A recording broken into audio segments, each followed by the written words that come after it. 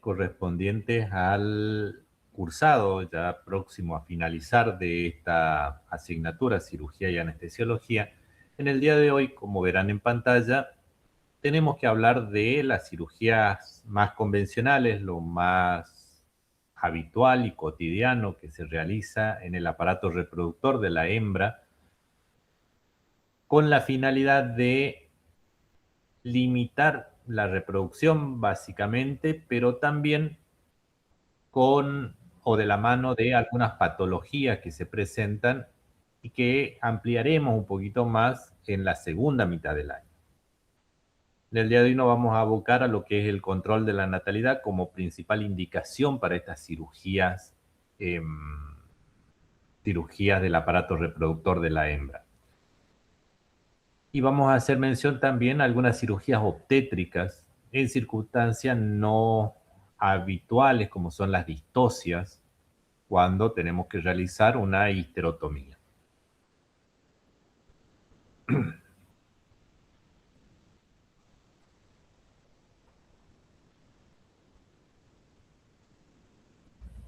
Bien, si tenemos que hacer un recordatorio anatómico, sabemos que ovarios están dentro de la cavidad ovárica, que son las gónadas que están directamente comunicadas a través de las trompas con los cuernos uterinos, los cuales son pares, valga la redundancia, largos, bifurcación de por medio, se encuentran con el cuerpo del útero por arriba de la vejiga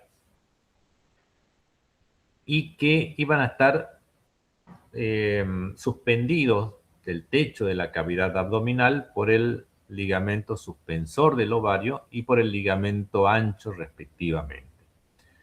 La irrigación iba a ser una irrigación directamente desde la aorta caudal o desde la arteria renal, el drenaje venoso directamente a la vena cava, y la inervación, una inervación sumamente delicada, iba a estar dada por los pares espinales de entre L4 a L6, eran quienes iban a dar los ramos nerviosos para la inervación de ambos ovarios.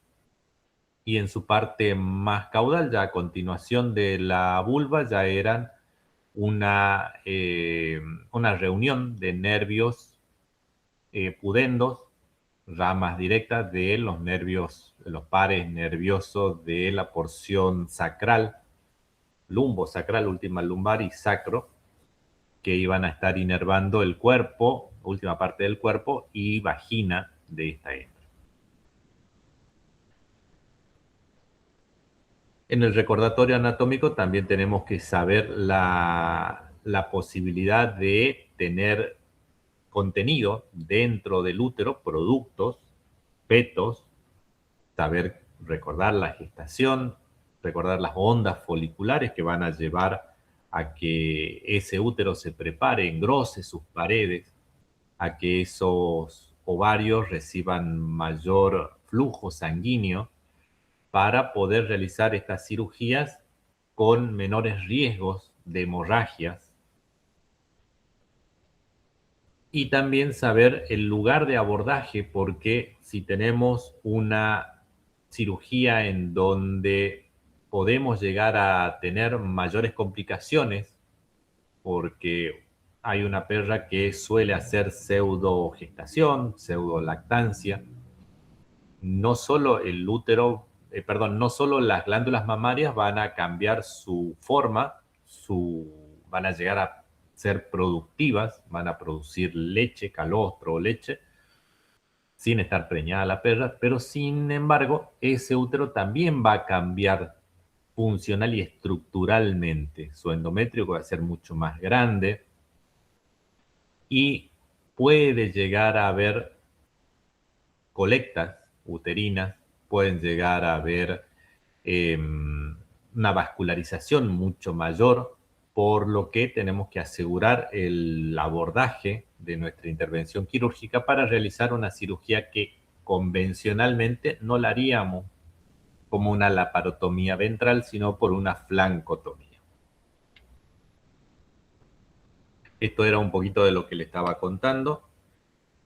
El ligamento suspensor del ovario, el ligamento ancho que iba a sostener y irrigar a los cuernos uterinos, las ramas arteriales y venosas en correspondencia con las últimas lumbares nos iban a dar la arteria uterina que iba a recorrer desde los laterales, los cuernos uterinos, laterodorsal, los cuernos uterinos, hasta llegar a una irrigación compartida de los ovarios, tanto por la arteria ovárica propiamente dicha, pero también por las ramas terminales de la arteria uterina. Por ese motivo, las ovariectomías se realiza un bloqueo del flujo de irrigación y de drenaje venoso con dos ligaduras, una orientada hacia craneal y la otra orientada hacia caudal.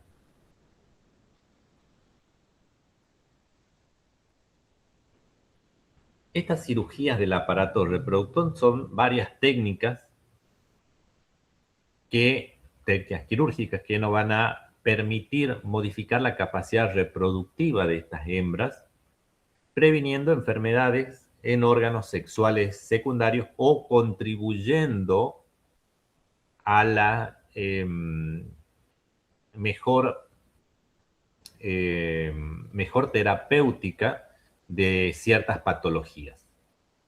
Por ejemplo, cuando una paciente tiene pseudogestación, pseudolactancia, tumores de mama, estros irregulares, cuando tiene agresividad en circunstancia de estro, se indican este tipo de intervenciones quirúrgicas, ovariectomía, ovariohisterectomía, y en algunos casos patológicos, que los veremos un poquito más adelante, cuando hay tumores de mama, cuando hay hernias umbilicales, inguinales, se puede indicar simultáneamente también la ovariectomía como una de las cirugías que se van a realizar en la intención de que esa perra deje de ciclar, deje de entrar en celo y los tumores se vean menos inducidos hormonalmente a su crecimiento. Básicamente esta cirugía, ya sea la ovariectomía, la ovariohisterectomía, la histerotomía o la histerectomía, van a limitar la reproducción de esa hembra, es decir, no va a poder tener cría. Podrá o no entrar en celo, pero puede o no tener cría. Se va a limitar, no va a poder llevar a cabo gestaciones. Tratamiento de ciertas enfermedades reproductivas, ya lo habíamos dicho, cuando el útero tiene o un cambio conformacional y funcional, como son las metritis, las piómetras, que son las colectas uterinas de naturaleza séptica, y van a estabilizar ciertas condiciones sistémicas, como por ejemplo pacientes que son epilépticas, pacientes que son diabéticas. El hecho de ser hembras enteras no favorece el tratamiento de esas endocrinopatías. Prevenir tumores que tengan una influencia hormonal solamente se va a lograr cuando estas ovariectomías u ovariohisterectomías se realicen a la temprana edad.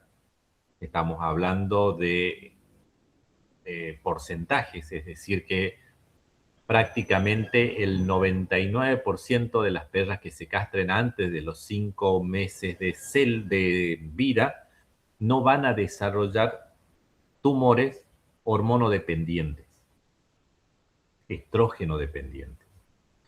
Mientras que si se castran entre los primeros meses, habiendo llegado hasta el año, a lo sumo año y medio, depende el tamaño de la raza, ya ese porcentaje se incrementa hasta un 95%.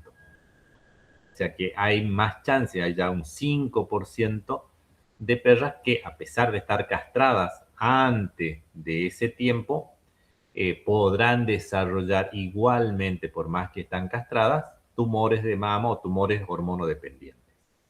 Y después del segundo año de vida, independientemente de que se castre o no, los tumores que ya fueron, perdón, la probabilidad, la posibilidad de que aparezcan tumores hormonodependientes es, se puede o no presentar independiente de su condición de hembra esterilizada.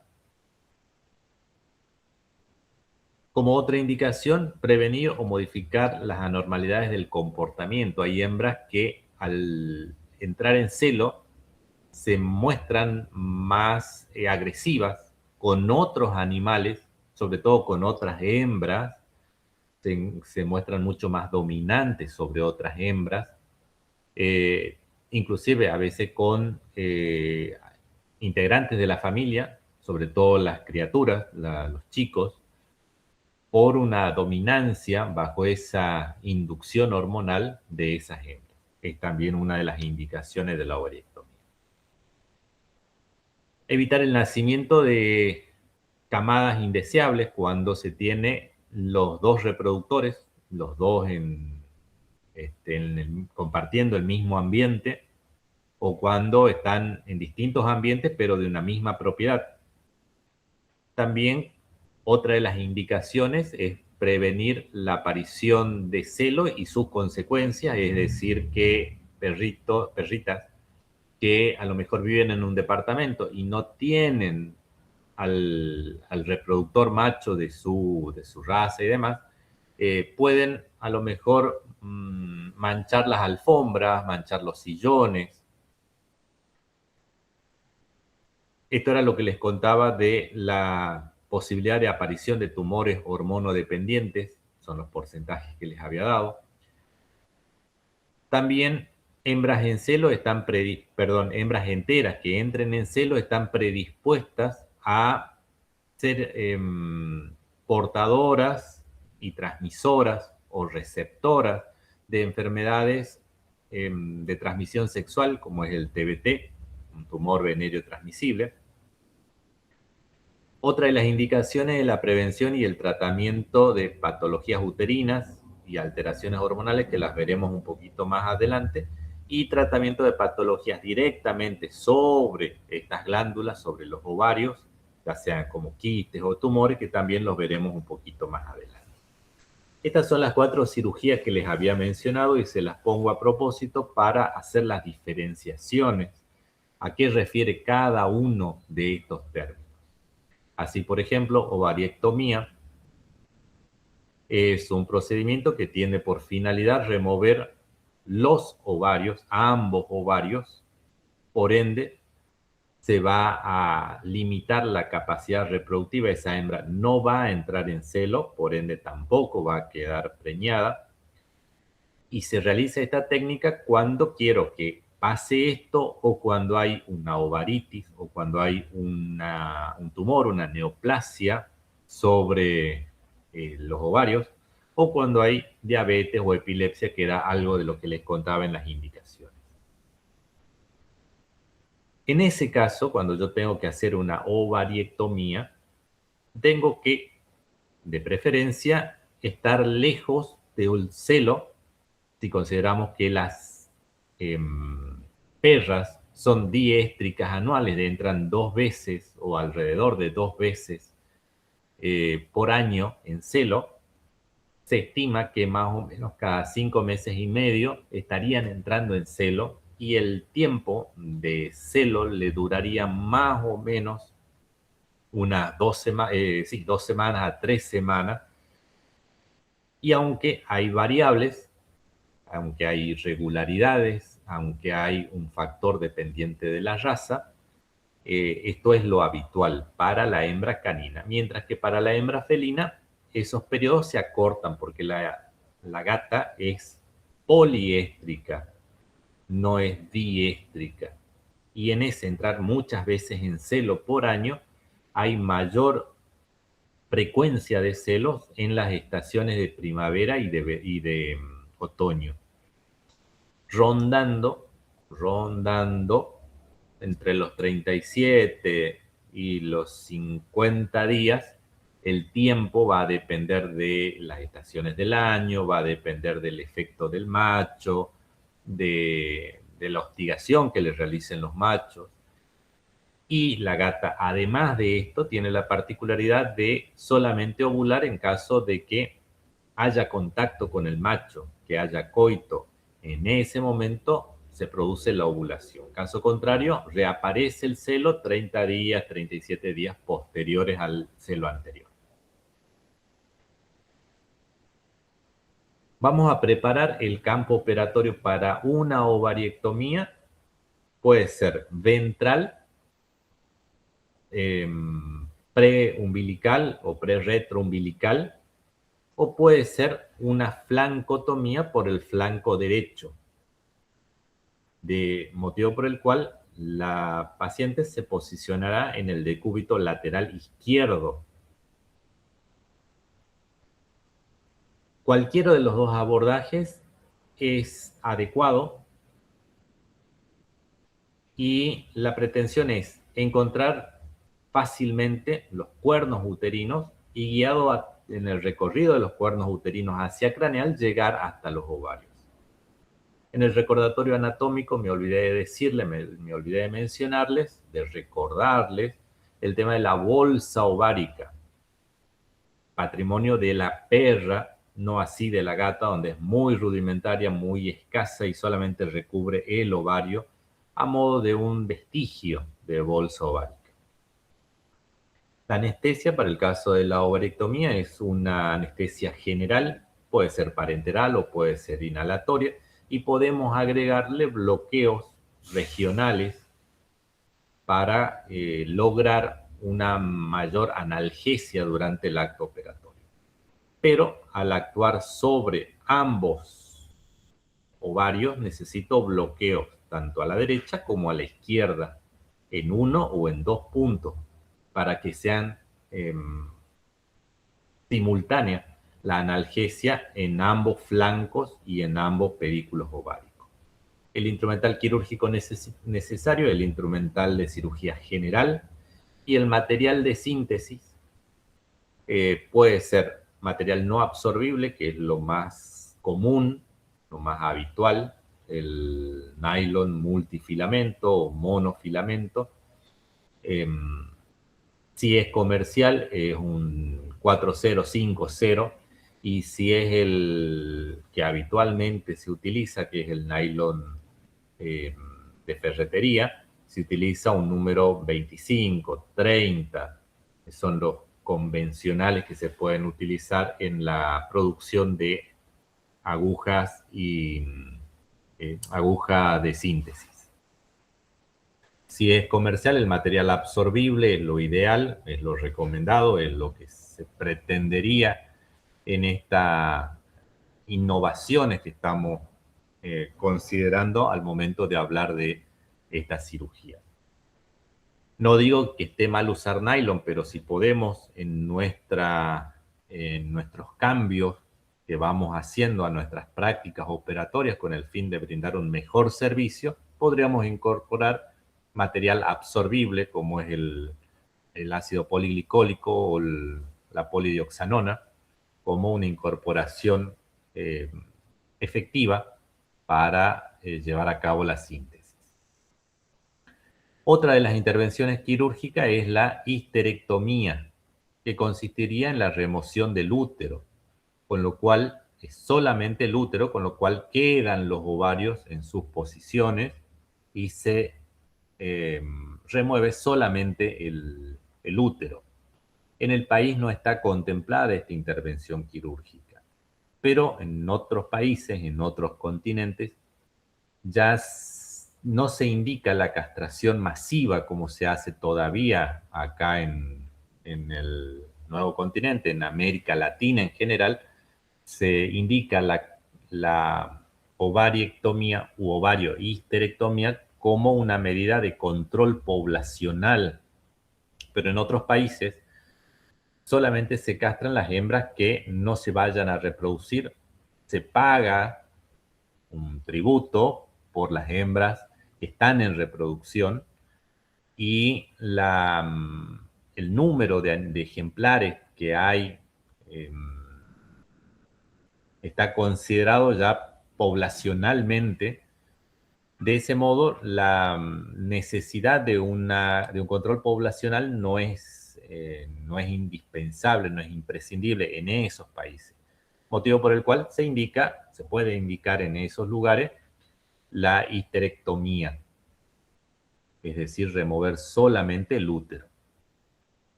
Sí lo habrán escuchado el término, en medicina humana, en la mujer se realizan en muchas oportunidades histerectomías, se retira el útero, dejando los ovarios porque hacen una contribución importante con las hormonas, en las ondas hormonales que producen y que mantienen ciertas variables contenidas en la vida reproductiva, en la edad reproductiva de las mujeres. No así en nuestras pacientes, en donde la única indicación sería hembras que son muy temerosas, el dejar los ovarios en su posición normal nos ayuda al control del temperamento de esas hembras.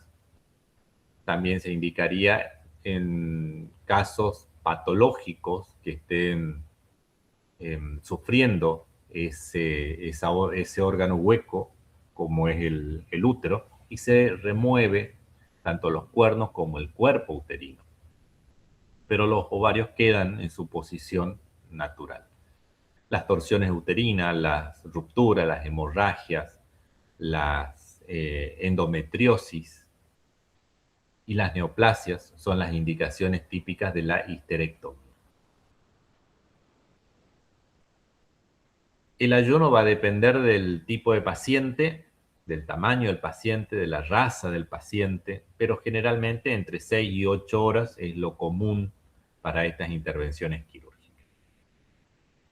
La preparación del campo operatorio, cuando hacemos histerectomía, obligadamente tenemos que hacer una laparotomía ventral. La flancotomía se deja de lado, no se puede realizar una histerotomía por el flanco, al menos hasta que uno adquiere cierta práctica.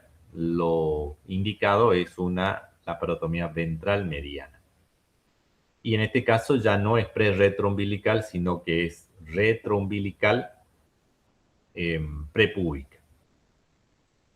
La anestesia, igual que en la ovariectomía, una anestesia general, puede ser parenteral o puede ser inhalatoria, utilizando instrumental de cirugía general, y se necesitaría 1 o 2 clam intestinales o, dependiendo del tamaño de la paciente, o una cril robusta para poder hacer la compresión del cuerpo del útero a la hora de hacer la síntesis de Parker-Kerr.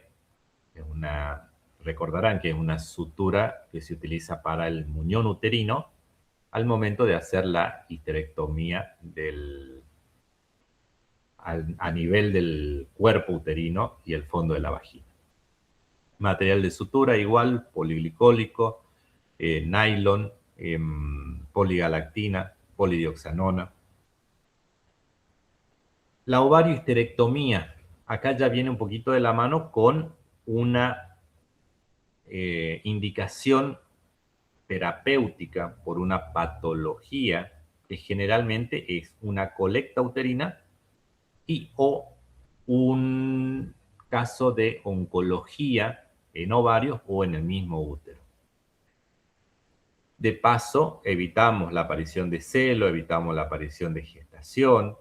Podemos tener estas patologías como la piómetra, la metritis, endometritis, torsiones o rupturas uterinas, y bueno, la neoplasia, que era una de las principales indicaciones. En la ovariohisterectomía vamos a remover ambos ovarios, ambos cuernos uterinos y el cuerpo del útero, hasta por detrás inclusive del cérvix.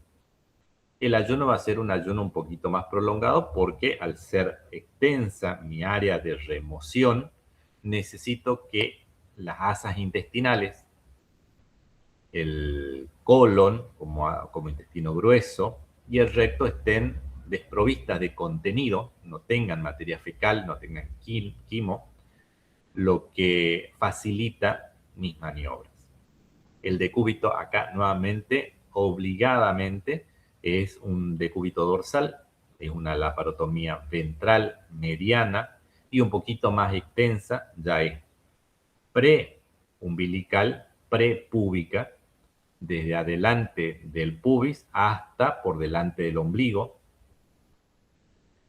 El instrumental de cirugía es el general. Acá sí necesito clam intestinales, sobre todo en hembras de gran porte.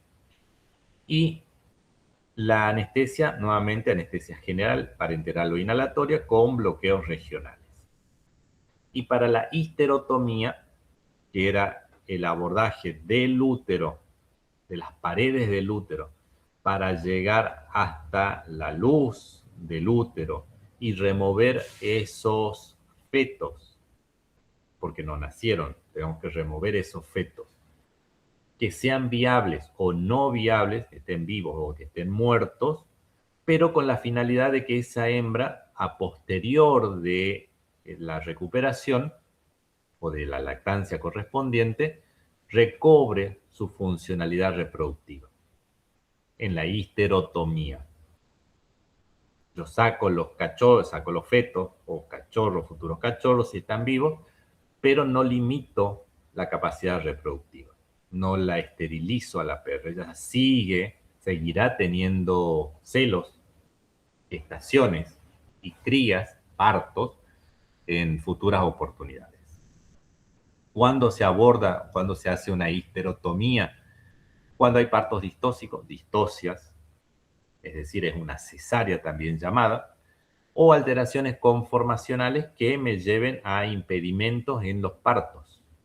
Hay ciertas perras de ciertas razas que obligadamente tienen que ir a cesárea porque o tienen atonía uterina primaria ligada a la raza, o son hembras que hayan tenido una estrechez pélvica en relación al tamaño de los fetos, o que o que no haya una dilatación suficiente del cérvix, o que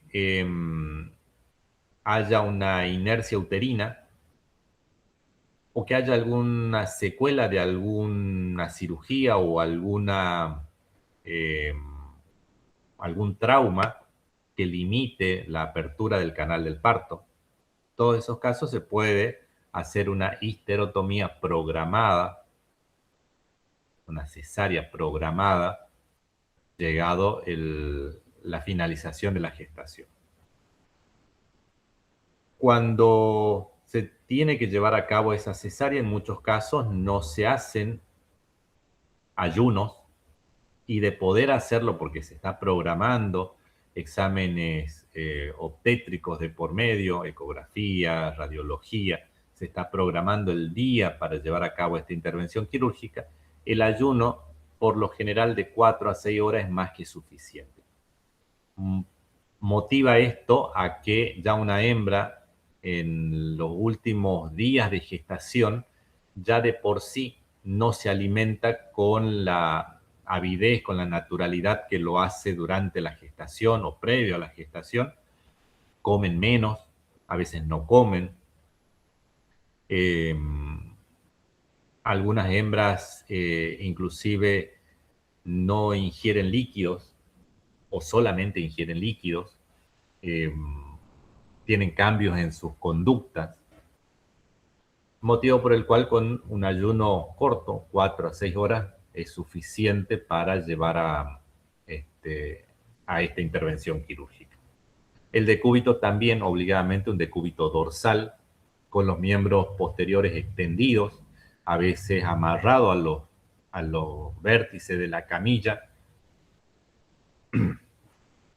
La anestesia vuelve a ser una anestesia general, suave, parenteral o inhalatoria, suave, y cobra una real importancia la analgesia local o regional para poder acceder a la cavidad abdominal primero y al interior del útero en segundo término, sin deprimir la vitalidad de los fetos, porque si no son cachorros que les cuesta metabolizar esas drogas que llegan, placenta de por medio, hasta ellos en mayor o en menor cuantía y los deprimen. Y a posterior de haber aislado a estos cachorros del riego sanguíneo de la madre, sí puedo profundizar un poco más la anestesia al momento de realizar la síntesis de la pared uterina o al realizar los lavajes o la síntesis de la pared abdominal.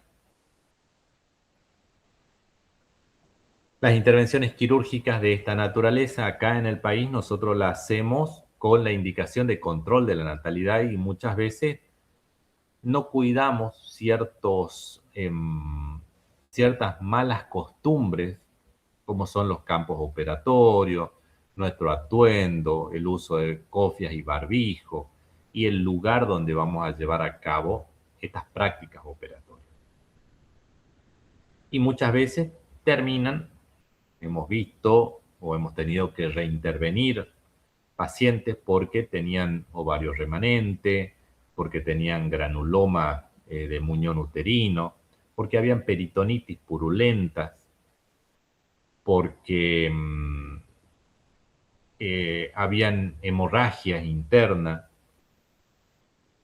y muchas veces eso no se puede realizar ese tipo de intervenciones en el ámbito donde se llevaron a cabo las prácticas operatorias y concurren a veterinarias en donde a lo mejor les toca actuar a ustedes, en donde se justifica una práctica operatoria, pero el dueño tiene en estas condiciones, pero el dueño tiene que estar consciente de que no siempre, pero muchas veces, lo que parece económico o gratuito no reúne, no cumple con todas las condiciones de asepsia, de infraestructura necesaria para que todo llegue a buen término. Y hay un porcentaje de hembras que por ahí necesitarían después un seguimiento, una atención, y no todo terminaría en el día que se propuso la campaña de castración. Nuevamente, en esta intervención quirúrgica es así como se verían el cuello del útero, el cuerpo del útero, los cuernos uterinos, las bolsas ováricas, en su interior el ovario correspondiente izquierdo y derecho y el ligamento suspensor del ovario, sin desmerecer el ligamento ancho que suspende al cuerno y a los cuernos y al cuerpo uterino. La anamnesis es indispensable para llegar a dilucidar cuándo entró en celo esa hembra, canina o felina, y si es que tuvo o no contacto con un macho, si recibió o no servicio, porque muchas veces las gestaciones son muy tempranas, no podemos llegar a percibir a la palpación antes de los 20 días, no se llegan a ver inclusive ecográficamente. De los 20 a los 30, 35 días, la indicación es ecografía para dilucidar si está o no gestando. Y después del día 45, el diagnóstico de gestación más certero, inclusive arriesgando un diagnóstico de número de gestación, se pueda llevar a cabo con exámenes radiológicos. Signos clínicos, las mamas, la vulva, arrojan datos interesantes respecto a la posibilidad o no de estar preñada, sumada a la anamnesis. Y en el examen físico, dependiendo del tiempo de evolución de esa gestación, puede o no llevarse a cabo el diagnóstico preliminar. El perfil bioquímico es indispensable cuando vamos a hacer una cirugía de esta naturaleza para evitarnos complicaciones. Acá en Resistencia, colegas se han visto involucrados en intervenciones quirúrgicas, en cesáreas inclusive, de hembras que tenían hemoparasitosis, que estaban anémicas, cursando una condición fisiológica natural como es la preñez, con hemoparásitos, lo que acrecentaba, agravaba muchísimo la anemia. Una hembra gestante naturalmente está con su hematocrito, su hemoglobina, por debajo de los niveles normales pretendidos para un paciente de esa edad. Y si a eso le sumamos la presencia de hemoparasitosis, y a veces no es un solo tipo de hemoparásito, las anemias son severas. Hembras que no soportaban la anestesia o después de la anestesia iban en franca declinación de su condición y se vieron inmersos en situaciones que llegaron al punto de ser judicializadas por los propietarios, y estos colegas tenían que llegar hasta los tribunales de ética inclusive para justificar su accionar. Bueno, las ondas foliculares ya ustedes se acordarán de fisiología, de obstetricia, cuando los estrógenos aumentan, cuando los progestágenos aumentan o comienzan su aumento durante la temporada de celo. Si hablamos de la ovariectomía, volvemos atrás y hablamos de la ovariectomía, la remoción de los ovarios, con la finalidad de realizar un control de natalidad, evitar que las perras queden preñadas o las gatas queden preñadas, evitar el vagabundeo, evitar los contagios de enfermedades infectocontagiosas, evitar lo que trae aparejado una hembra en celo. En el caso de los gatos, las micciones, las visitas de gatos del vecindario que se acercan por hembras que estén en celo. En el caso de las perras también, al portón de la casa, a la puerta de la casa, todos los perros que pasen cerca van a estar haciendo guardia del otro lado de la puerta, orinando, ladrando, peleándose. Dentro del domicilio, una hembra en celo va a estar con un comportamiento especial, como en el caso de las gatas, y en el caso de las perras, a veces, como les decía, manchando el mobiliario, manchando las alfombras, y eso no es contemplado por los propietarios y piden la ovariectomía. La ovariectomía, habíamos dicho que la indicación principal, si la hembra no estaba en celo o estaba lejos de su celo, era una flancotomía unilateral con el flanco izquierdo sobre la camilla y se hacía una flancotomía unilateral derecha. Pero en algunos casos, en hembras grandes, y yo lo justifico, y en algún momento yo también lo hice, se pueden hacer flancotomías bilaterales. Por ejemplo, en una Rottweiler, en un fila brasilero, y con poca experiencia,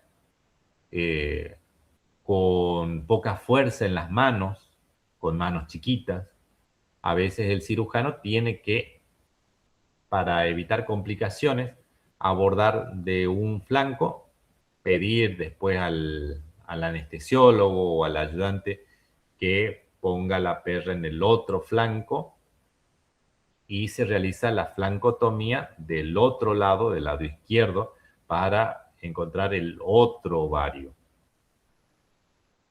Consideremos que una Rottweiler tiene alrededor de 25-30 centímetros de abdomen. Muchas veces unas manos chiquitas no llegan a poder llegar hasta el ovario contralateral. desgarrar el ligamento ovárico y poder hacer la ligadura.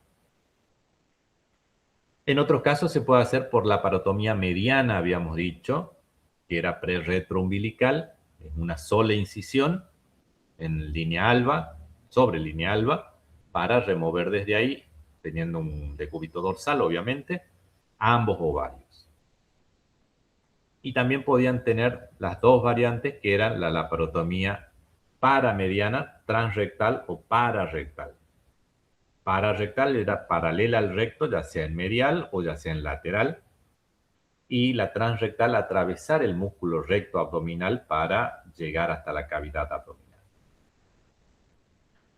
Está en algunos libros descrito la laparotomía paracostal, pero la verdad que nunca la hice y no me explico cómo desde tan adelante podría llegar hasta el ovario, porque ahí no voy a encontrar el cuerno uterino o los cuernos uterinos y llegar hasta la bifurcación para ir hasta el otro ovario sería imposible. Entonces, si bien está descrito el abordaje por la parotomía y está indicada para ovariectomía, no me doy idea cómo podrían hacerlo desde una laparotomía paracostal.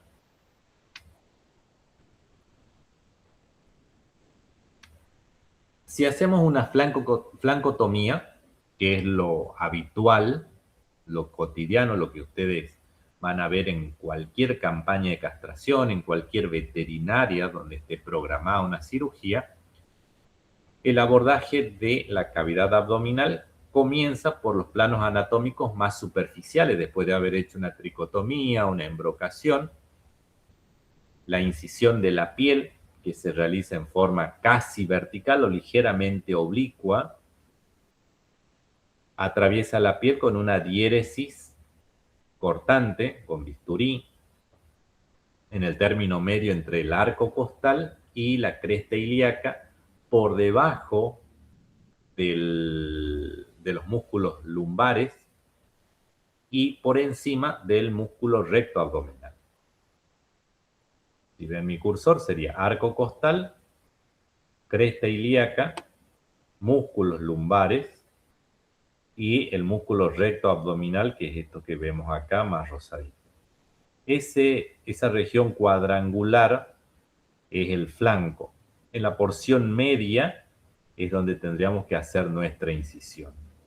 Si vamos a hacer ligeramente inclinada y no dorso-ventral, la hacemos con inclinación cráneo-dorsal, tratando de seguir la dirección de estas fibras musculares que van a ser la primer pared muscular que atravesemos después del subcutáneo.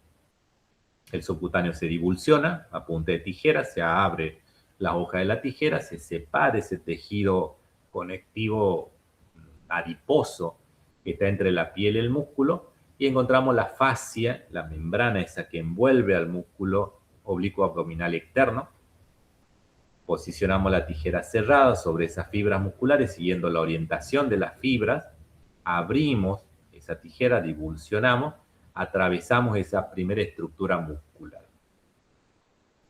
Debajo del oblicuo abdominal externo se encuentra el oblicuo abdominal interno con las fibras dirigidas en sentido opuesto. Ya no son caudo-ventrales, sino que son cráneo-ventrales.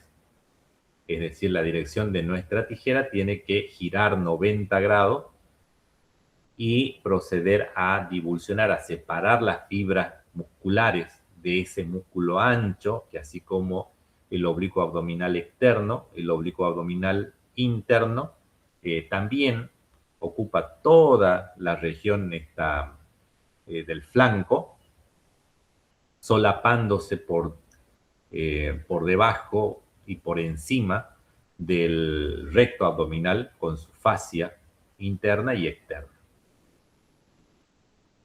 Habiendo atravesado estos dos músculos, nos queda solamente la contención para ingresar a la cavidad abdominal del músculo transverso abdominal o músculo transverso del abdomen, que tiene sus fibras orientadas de dorsal a ventral. Si ustedes se fijan en esa última imagen, donde muestra al transverso abdominal, las fibras van de dorsal a ventral y encima tenemos sobre el flanco derecho los nervios derechos de los pares vértebras lumbares en número de 4 o 5 que se distribuyen en ese espacio virtual que queda entre el oblicuo abdominal interno y el transverso. Es ahí donde tendría que haberse dispersado el anestésico local cuando hacemos una anestesia interfacial. Ponemos entre dos músculos, entre dos fascias musculares, y el anestésico se distribuye en toda esa región, bloqueando todos esos nervios que vemos ahí representados con líneas amarillas que van desde la región lumbar, dispersándose, descendiendo hacia el recto abdominal. Este músculo transverso abdominal también es divulsionado y está íntimamente relacionado en su cara interna con el peritoneo. La mayoría de las veces, al atravesar el transverso abdominal, estamos también lacerando o dislacerando el peritoneo y nos encontramos ya dentro de la cavidad abdominal.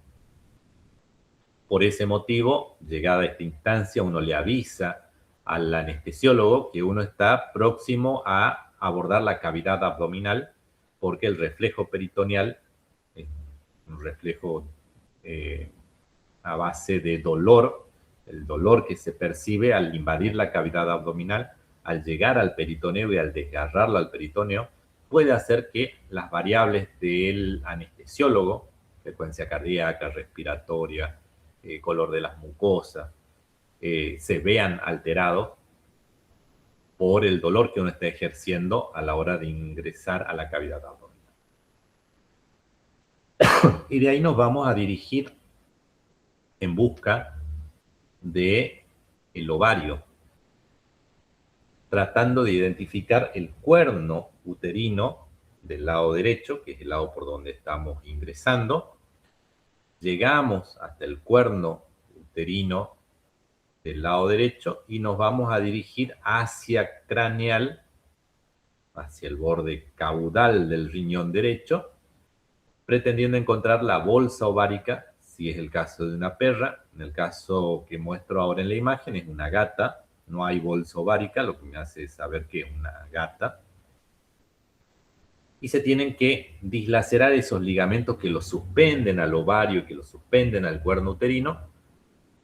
Se desgarra ese ligamento y se colocan dos asas de material de sutura, absorbible o no absorbible, para bloquear la irrigación hacia esa bolsa ovárica y ovario en su interior, si es una perra, y directamente hacia el ovario en el caso de la gata.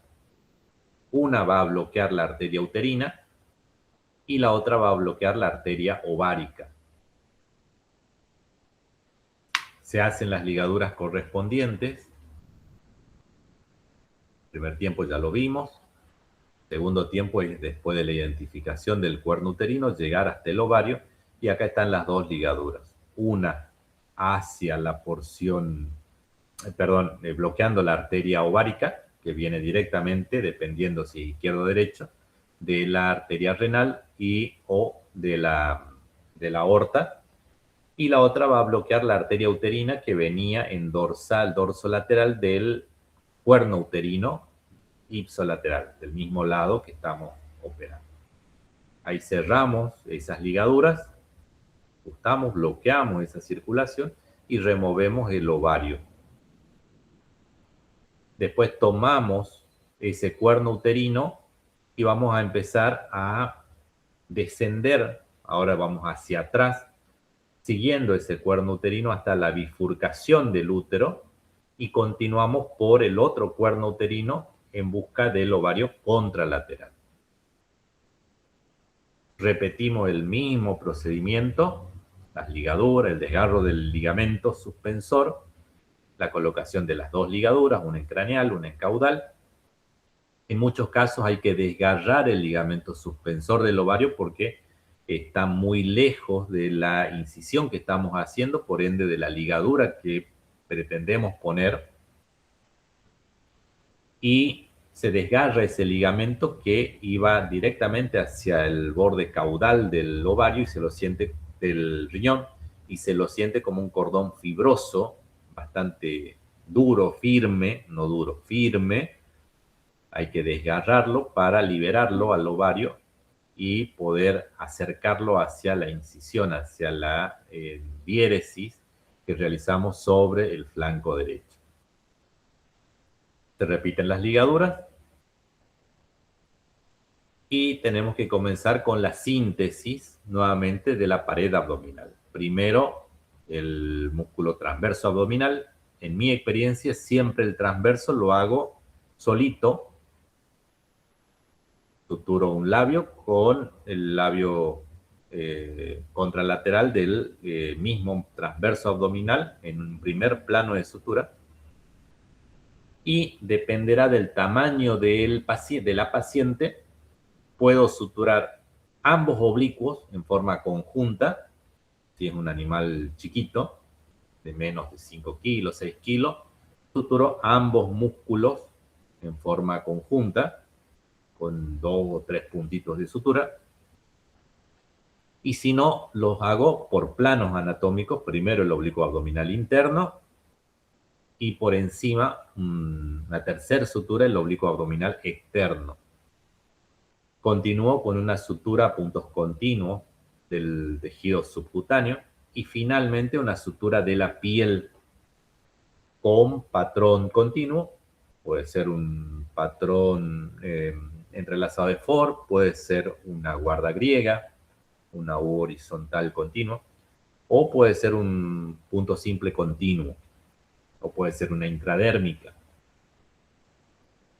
Con esto se reúnen entre 4 a 5 planos de sutura, lo que prácticamente evita la aparición de eventraciones. Hay patología, la veremos más adelante, que llevan por nombre eventraciones postquirúrgicas, es decir, que a través de puntos de sutura mal realizados o escasos pueden salir vísceras intestinos principalmente, vísceras abdominales, a través de la diéresis de la pared abdominal. Es una de las eventuales complicaciones que pueden presentarse.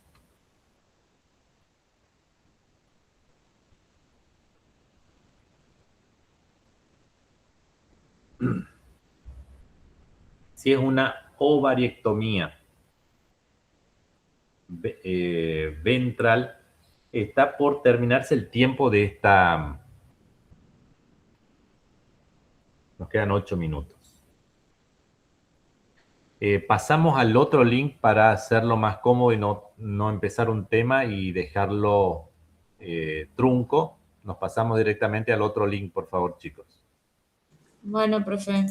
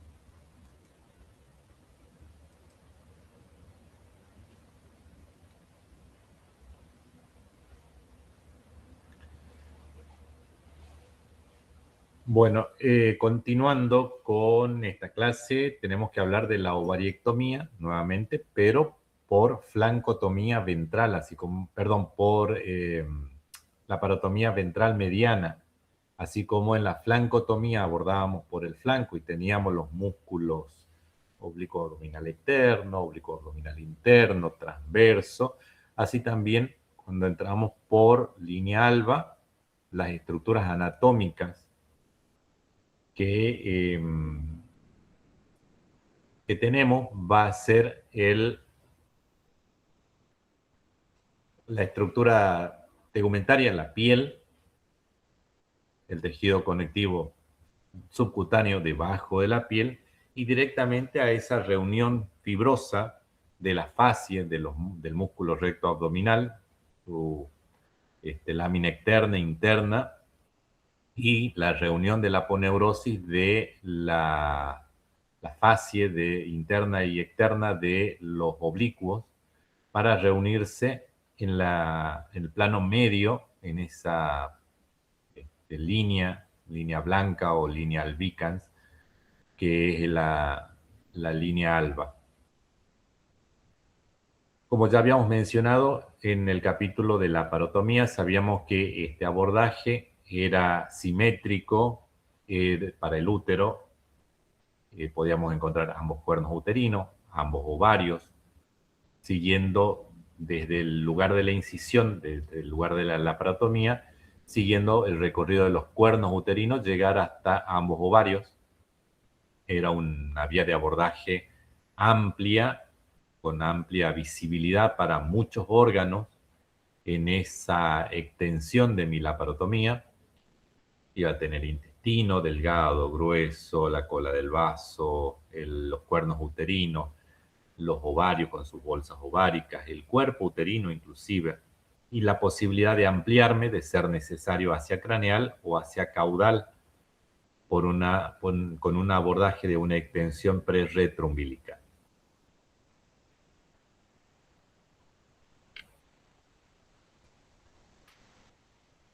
En ese caso lo íbamos a ver al ovario, lo íbamos a ver al útero, generalmente al cuerpo del útero o a la última porción o a la porción caudal de los cuernos uterinos, identificándolos,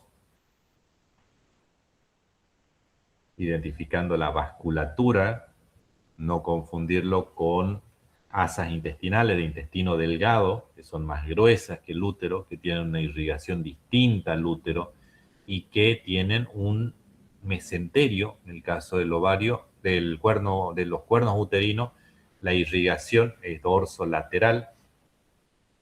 Si continuamos el cuerpo uterino hacia caudal, vamos a sentir ese engrosamiento correspondiente al cérvix, lo que es inconfundible, más allá de la bifurcación, es inconfundible a esa altura ya confundirlo con intestino delgado o grueso. Se hizo la incisión de piel, se divulsiona el tejido subcutáneo, se hace un pequeño ojal con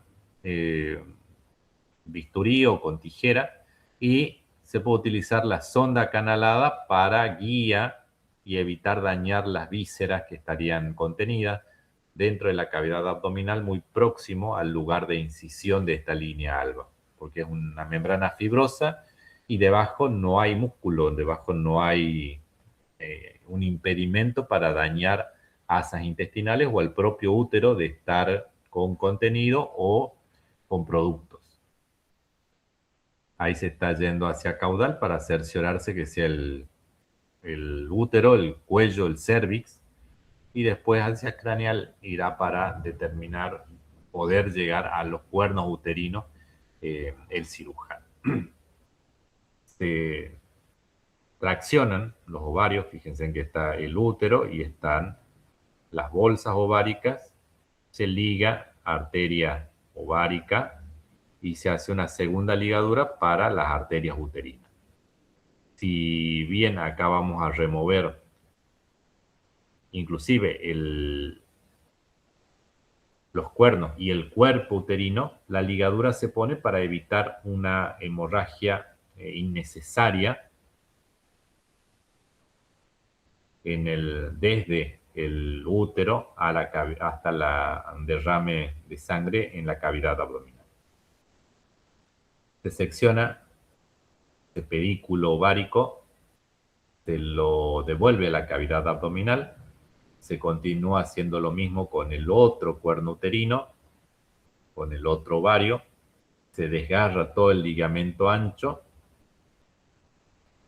y se llega hasta el cérvix. De este modo, el ligamento ancho, para llevar a cabo esta ovariohisterectomía, se hace ese desgarro del ligamento ancho, lo que va a ir dando algunos vasos sanguíneos que llegan hasta el cuerno uterino. Se hacen ambos cuernos uterinos y después nos abocamos a identificar el cérvix y colocar, si es una hembra chica, una ligadura en masa. Ya están los dos cuernos uterinos, una ligadura en masa envolviendo en forma perimetral a todo el cuerpo del útero y resecando ese cuerpo uterino con, a continuación, los cuernos uterinos. Si es una perra de gran talla, como esta ovejero que teníamos acá, a veces nos conviene pinzar, y de ahí la necesidad del clam intestinal, pinzar, colocar dos ligaduras de las arterias uterinas, una a la derecha y una a la izquierda, mantener pinzado ese cuerpo uterino y posteriormente hacer la sutura de Parker-Kerr que oportunamente se les enseñó. Desde la secuencia, llegar con la guía del cuerno uterino hasta la bolsa ovárica, colocar las pinzas, colocar la ligadura, seccionar, hacer lo mismo del otro lado. Me voy hacia el cuerpo uterino, habiendo desgarrado el ligamento ancho izquierdo y derecho. Llego hasta el cérvix, incluyo la resección del cérvix, es importante, sobre todo si hay colecta. Coloco las ligaduras si es una perra de talla chica, y si no, haré la sutura de Parker-Kerr. Fíjense en el tamaño del útero, generalmente tiene 2 centímetros el cuerpo del útero. Se pueden colocar 2 pinzas, resecar entre medio y, habiendo colocado las ligaduras a la izquierda y a la derecha, comenzar con la síntesis, una sutura invaginante, primero Cushing y después Lemberg, que es la traducción de Parker-Kerr, para dar por finalizada la síntesis de la pared del cuerpo del útero. Ahí está esquemáticamente cómo se lleva a cabo, ustedes ya lo recordarán. Esto es intestino delgado, no confundirse, ya se resecó el útero. ¿Cuáles pueden ser las complicaciones que vamos a tener? Si es una hembra muy joven y hacemos una ovariohisterectomía y no tenía o no llegaba a los 5 meses de vida, si bien la posibilidad de que desarrolle tumores hormonodependientes es muy baja, muy baja, tenemos en contra que cabe la posibilidad de que, al no haber impregnado al esfínter uretral, esa paciente sufra de incontinencia urinaria. Se da en hasta un 20% de perras castradas tempranamente que desarrollen incontinencia urinaria. No es mucho el porcentaje, y también no son muchas las perras o gatas que se castran antes de los 5 meses. Por lo general se castran después de los 5 meses y a veces inclusive después del primer celo, que es lo más recomendable. Pueden haber hemorragias, puede haber, porque no nos cercioramos de la hemostasia o no fue adecuada mi hemostasia. Hay veces que las ligaduras no están lo suficientemente apretadas y hay hemorragia a pesar de estar bien colocada en el punto que es preciso de la ligadura. Hay hemorragia porque no se ajustó no se ciñó adecuadamente a la hora de hacer ese nudo. También puede pasar de que haya un granuloma de muñón o piómetra de muñón, comienza con un granuloma como una cicatrización grosera del muñón uterino y termina a veces, sobre todo cuando se deja el cérvix, no se remueve el cérvix en su totalidad, puede llegar a realizarse o a concretarse un absceso, una colecta purulenta en ese muñón. Pueden haber ovarios remanentes, es decir, que dejé un pedacito de ovario o un pedacito de bolsa ovárica y esa hembra va a seguir entrando en celo. Si es una bolsa ovárica, lo hacen unas cuantas oportunidades y después termina atrofiándose esa bolsa ovárica y al no haber ovario, tejido ovárico, se atrofia y termina desapareciendo los celos. Pero si quedó tejido ovárico, esa perra va a seguir entrando en celo. Así yo haya hecho una ovaristerectomía, esa perra seguirá entrando en celo indefinidamente hasta que se corrige esa intervención quirúrgica. Es bastante frecuente que tengamos esas perras que siguen entrando en celo, no quedan preñadas, pero siguen entrando en celo. Con toda la manifestación de celo, sangrado, turgencia de vulva, a veces pseudolactancia, y el dueño, como no queda preñada, en algunos casos consultan y en otros casos por el ambiente en donde viven, no vuelven a hacer consultas veterinarias y la hembra esa termina su vida como reproductora cuando se atrofia senilmente ese tejido ovárico. Puede haber también casos de obesidad, casos en donde esa paciente, al no necesitar esa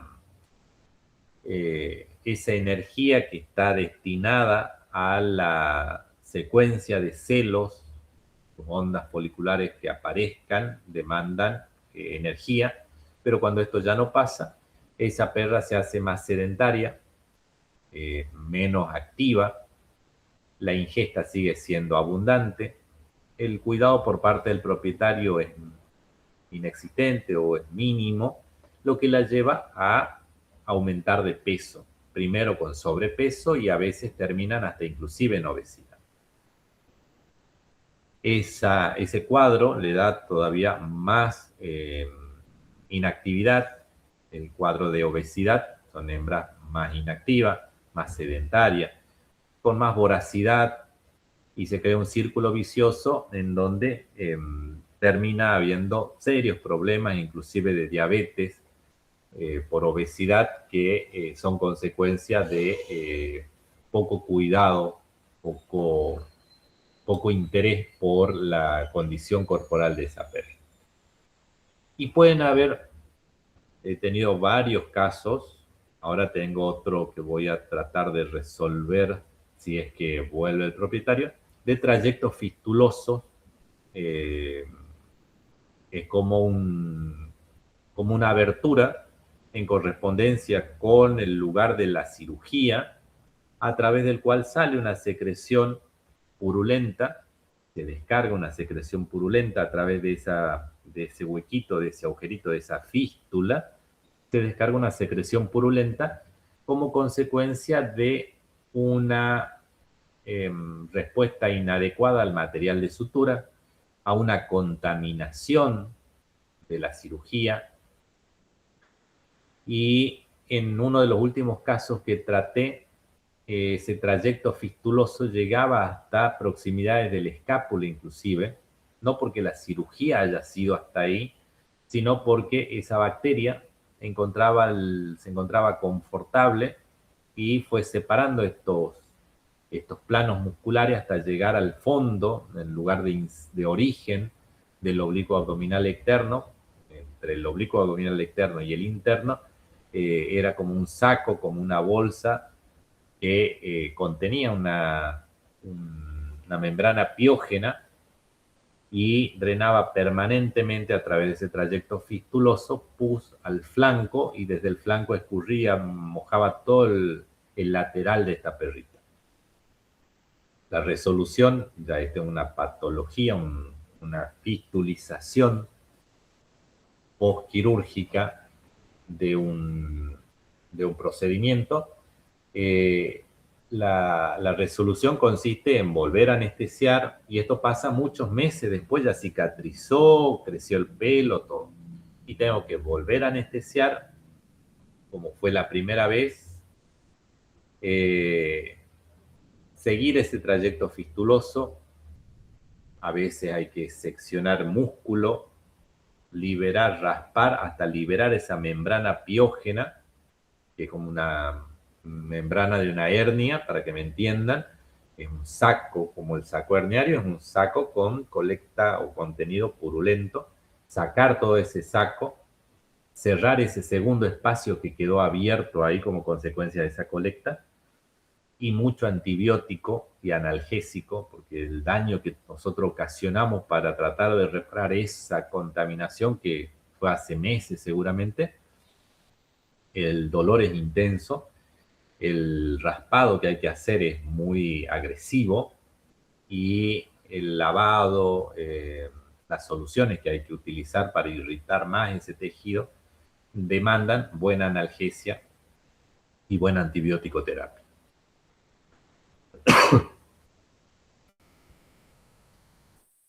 Bien, hasta acá llegamos con la clase del día de hoy. Nos queda el día jueves hablar de macho, cirugías del macho, las orquiectomías. Vamos a ver las distintas orquiectomías, tanto las distintas,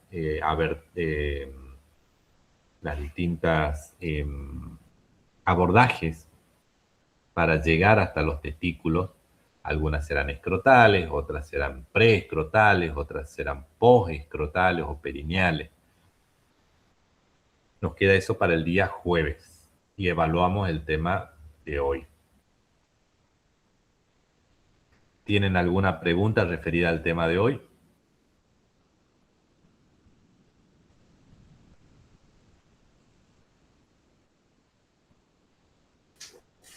No, profe.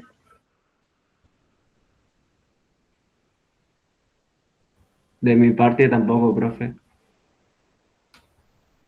Bueno, entonces, chicos, damos por finalizada la clase de hoy. Cortita, es lo que se hace, lo que se tiene que enseñar desde el punto de vista quirúrgico, el abordaje de la cavidad abdominal, la identificación de las estructuras del aparato reproductor, en el caso de hoy, de la hembra.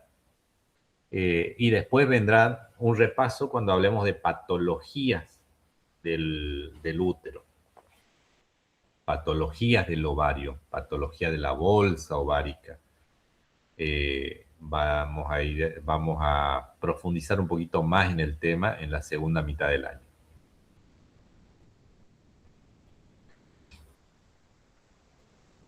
Buenas noches, chicos, muchas gracias. Estamos en contacto. Buenas noches, profe. Nos vemos el jueves. Buenas noches, profe. Chao. Chao. Gracias, profe. Profe, gracias. Chao, profe, gracias. Buenas noches.